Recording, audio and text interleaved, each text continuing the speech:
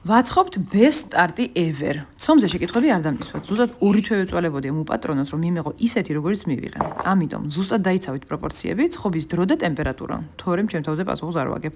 მოკლედ, ყველაფერს ჩაყრით და მოზილოთ ცომს. ხომ იცით ცომს როგორ უყვარს დასვენება? ხანდახან მეც ცომი მინდა ვიყო, სანამ გააბრტყელებენ. ხო და ეს ცომით შეაგდეთ მაცუარში და 30-40 წუთი შეასვენეთ. ამ მიქსერის ჟღავილმა ტვინი გაბურღა, მაგრამ კრემყოლის კრემი მჭირდებოდა. ერთ-ერთი საუკეთესოა მე რომ გითხოს კაცმა. ოღონდ, ჩემსავით ყველაფერს ერთად ნუჩატენით. ჯერ შაქრის პუდრი და კარაქი გათქვეფეთ და შემდეგ კრემყელი დავუმატეთ. ესე უფრო მყარ კონსისტენციას მიიღებთ და უსაშველოდაც არ თქვიფოთ. 5 წუთიც ყოფნის.